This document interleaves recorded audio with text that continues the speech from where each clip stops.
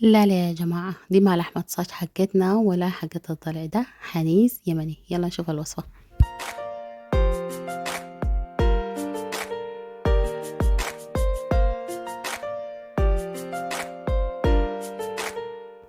حجيب عندي لحمة بتاعت خروف، أنا استخدمت هنا الحنيذ الصغير صغير، وممكن تعملوه كله زي حقة الضلع واحدة. دي البهارات بتاعتي زي ما شايفين خطيتها عليكم على الشاشة.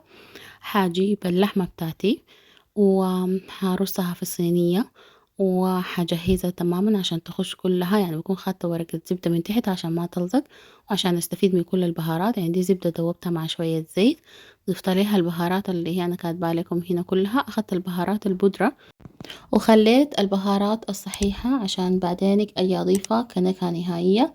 زي ما شايفين هنا خلطت البهارات البودرة كلها مع بعض عشان تديني زي صوص قوي كده، بالإضافة للهبهان. صراحة كسلت إن أنا أسحنه، بس عشان كده شفتوه عيون عيون.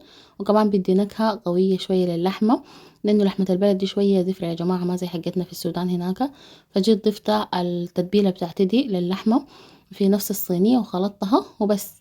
بعدها جيت ضفت طوال البهارات الصحيحة بتاعتي، خطيتها عشان تقوي لي النكهة. عشان اللحمة شوية زفرة، حقة البلد دي ما زي حقة السودان يا بنات. فزي ما شايفين جيت هنا غلفتها بورق الزبدة، وجيت غطيت عليها بالورق الفويل أو القصدير، عسى شنو تحبس لي السوائل كلها، وتحبس لي البخار، وتخلي البهارات ريحتها كلها تتغلغل جوا. بعدين بطلع هنا قبل ما يستوي بشوية الفويل والحاجات دي، وبخليها تاخد وش وتحميرة.